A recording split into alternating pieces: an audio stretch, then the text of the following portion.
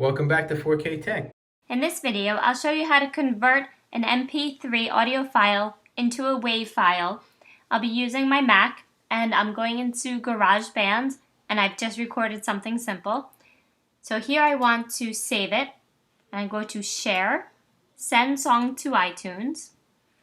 And right here you want to uncheck the compress box. Click Share and iTunes opens up. And then you would like to go into File, then go into iTunes, click Preferences, and under the General tab, you'll click Import Settings, and here you want to change it from MP3 encoder to WAV encoder. Click OK, and then click on the one that you want to convert. Go to Advanced, Create WAV Version, and you know that it's done from that sound.